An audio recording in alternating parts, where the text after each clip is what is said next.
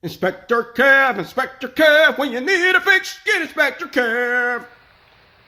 Hey, welcome to Inspector Kev. In this video, we're going to replace a 2012 Ford Explorer headlamp. I only have one out, but I will be replacing both at the same time. And I'm going to really be using just the standard bulb that came with the vehicle. And the bulb ran me about $18 per bulb.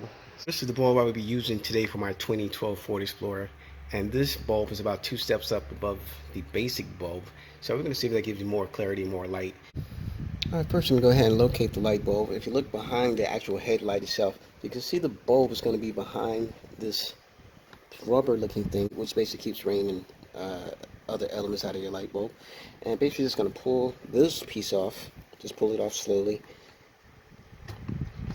And once you pull that off, you can see that your light is now exposed.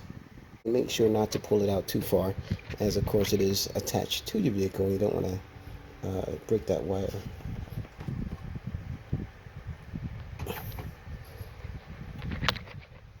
So now I turn it counterclockwise, and I kind of just wiggle the bulb off, so now you can see the bulb and actually the connectors. But there's a clip on the back of the connection where the bulb actually connects to the car.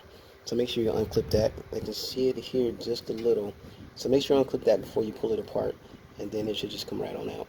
You can see the clip is right here, and there is an attachment on the cable that it clips onto here. So make sure those are clipped before you take it off. Make sure it clips when you put it on, and then just push it back in place. So now I'm just going to reach down and connect the bolt back. And now that I got it clipped, I'm just going to stick it back inside and rotate it clockwise.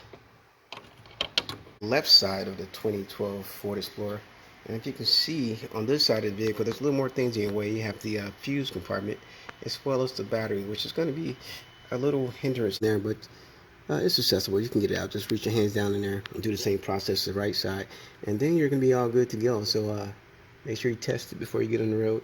And thanks for tuning in to Inspector Kev. Inspector Kev, when you need a fix, get Inspector Kev.